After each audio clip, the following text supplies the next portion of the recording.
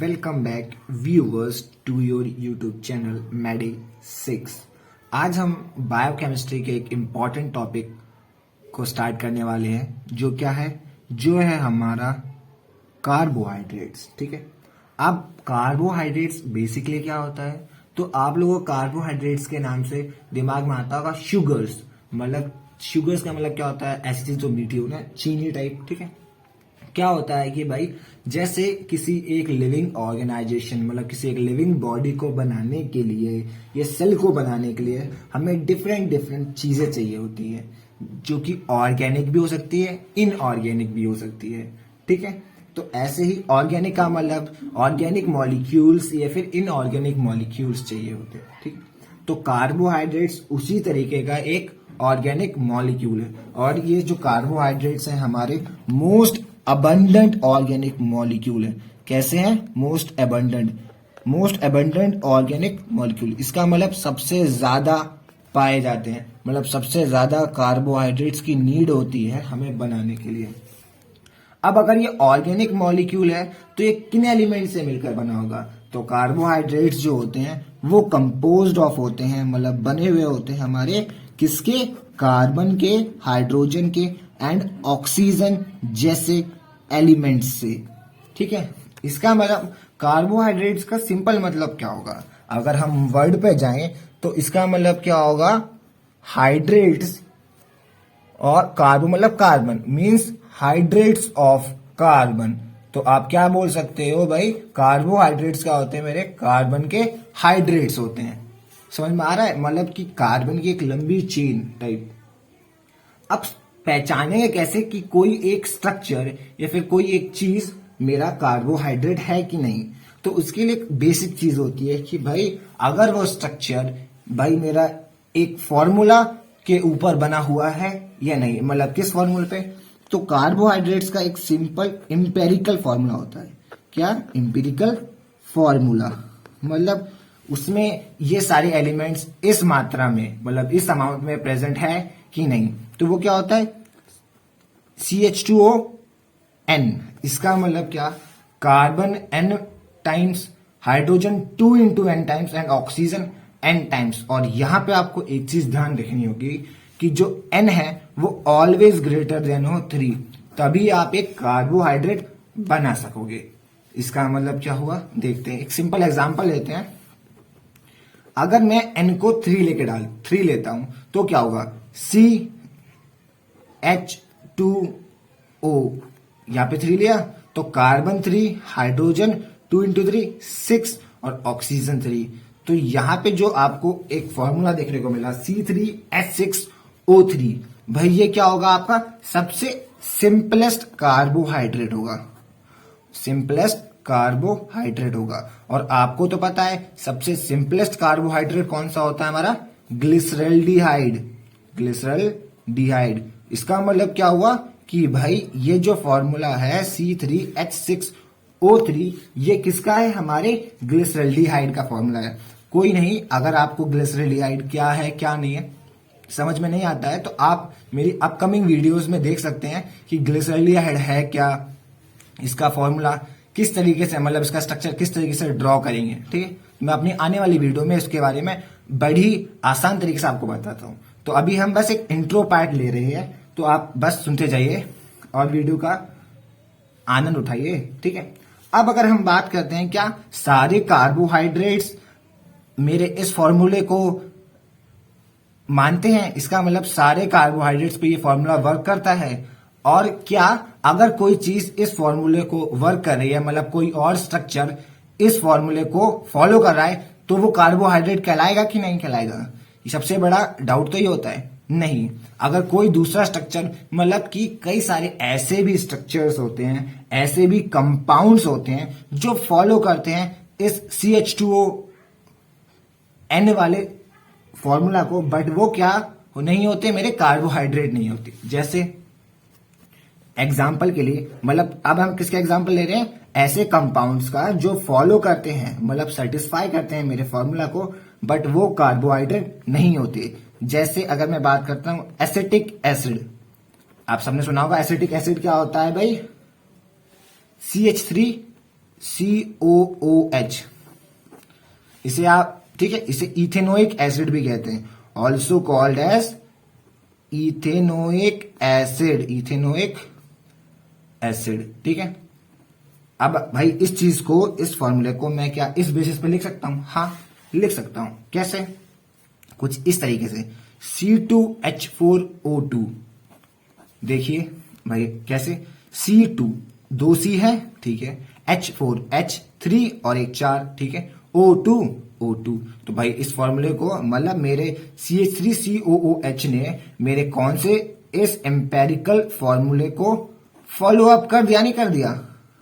But क्या acetic acid मेरा एक कार्बोहाइड्रेट है? नहीं, एक बिग नो, एसिटिक एसिड मेरा एक कार्बोहाइड्रेट नहीं है। क्यों? भले ही ये मेरे इस CH2O वाले फॉर्मूले को सेटिस्फाई कर रहा हो।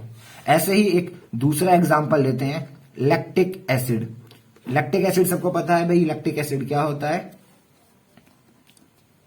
इसका फॉर्मूला होता है CH,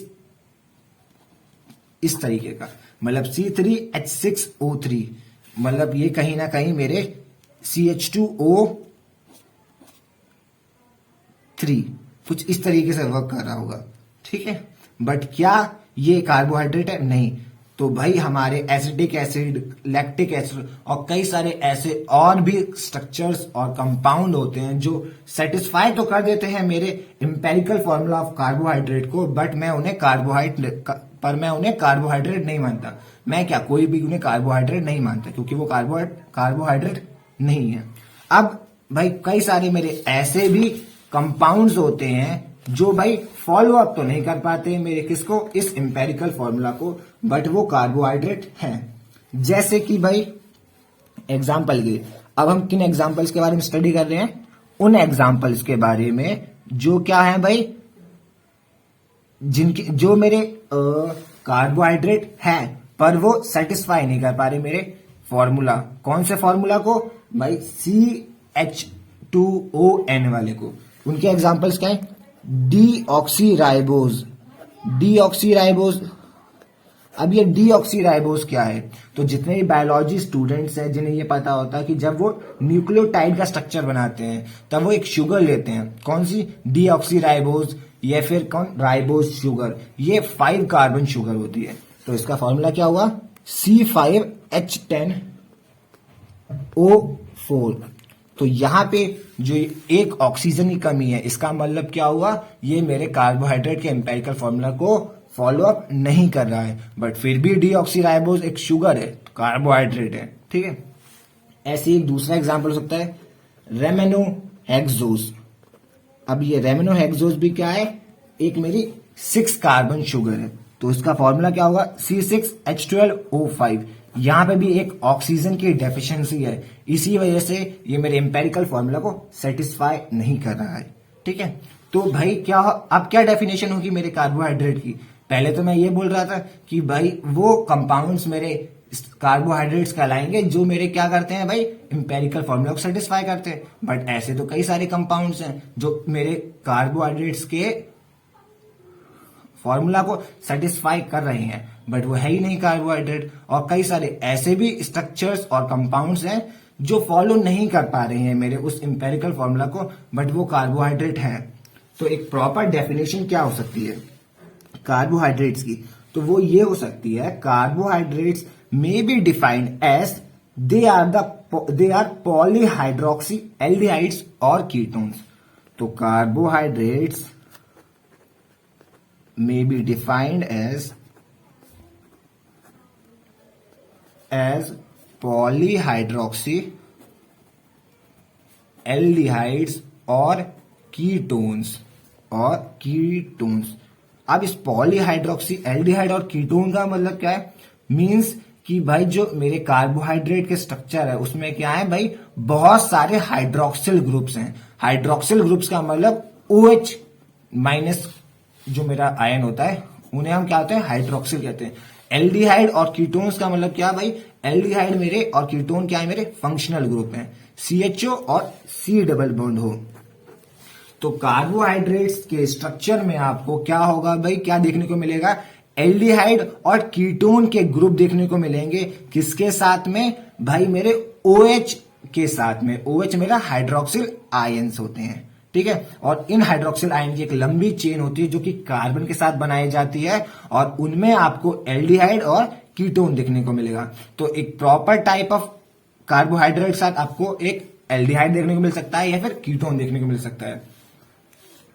और इन फंक्शनल ग्रुप के हिसाब से और कार्बन एटम्स के नंबर के हिसाब से मेरे कार्बोहाइड्रेट्स जो होते हैं वो क्या हो सकते हैं भाई? वेरी कर सकते हैं स्ट्रक्चर में और नॉमेनक्लेचर दोनों में। और एक दूसरी डेफिनेशन क्या हो सकती है? और ऐसे कंपाउंड्स जो प्रोड्यूस हो सके इन्हें हाइड्रोलाइज करने पे। मतलब अगर मैं किसी एक कार्बोहाइड्रेट को, मतलब किसी एक पॉलीहाइड्रोक्सी एल्डिहाइड को ब्रेक करता हूं, उसे हाइड्रोलाइज कर सकता हूं, तो और भी मुझे कुछ कार्बोहाइड्रेट्स मिल सकते हैं। जैसे कि अगर मैं एक बड़े कार्बोहाइड्रेट को तोड़ता हूं तो मुझे कुछ छोटे छोटे कार्बोहाइड्रेट देखने को मिल सकते हैं, नहीं मिल सकते हैं? मतलब कि अगर मैं एक पॉली कार्बोहाइड्रेट को तोड़ता हूं तो मुझे कुछ छोटे छोटे मोनोकार्बोनेट देखने को मिलेंगे। मतलब सिंपल ही बता दूं, अगर मैं कुछ पॉलीसैकेराइड्स को ब्रेक डाउन करता हूं तो मुझे कुछ मोनोसैकेराइड्स देखने को मिल सकते हैं, ठीक है।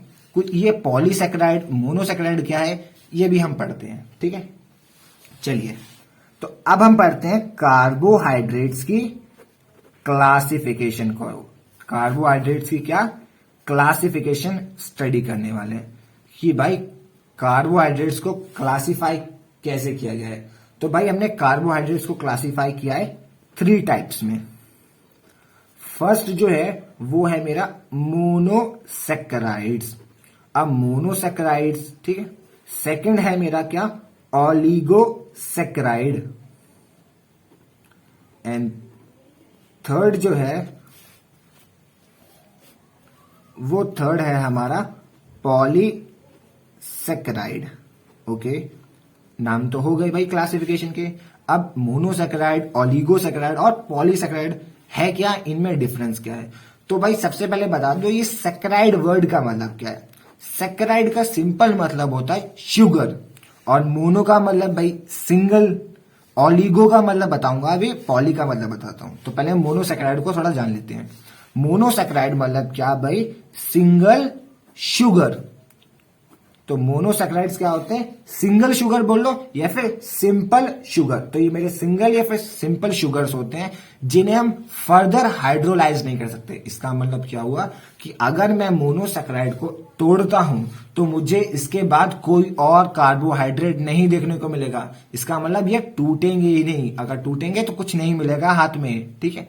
तो मोनोसैकेराइड्स क्या है? सिंगल शुगर्स होते हैं, और simple sugars which cannot be further hydrolyzed, which cannot be further hydrolyzed,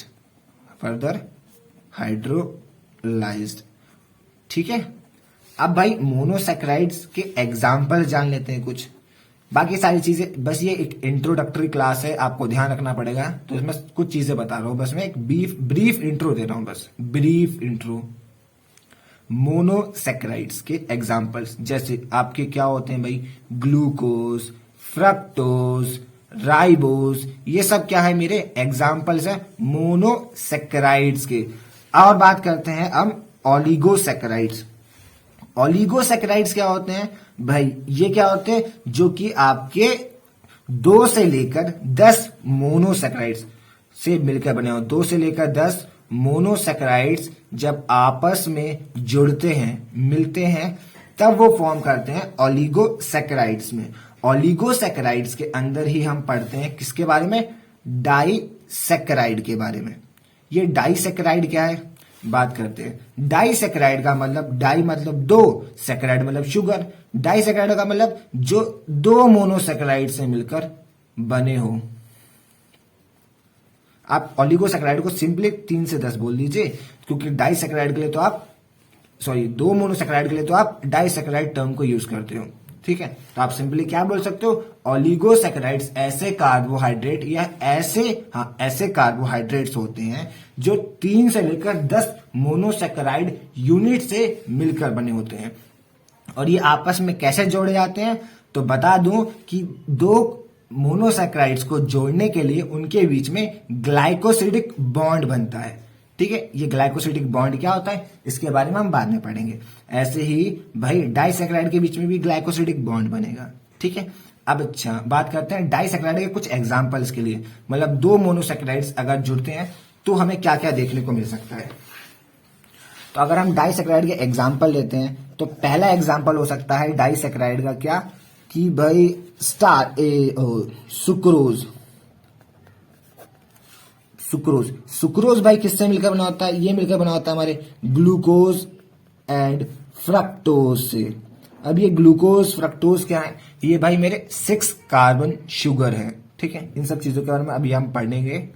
second क्या है भाई, सेकंड अगर हम एग्जांपल ले सकते हैं माल्टोज या फिर लैक्टोज।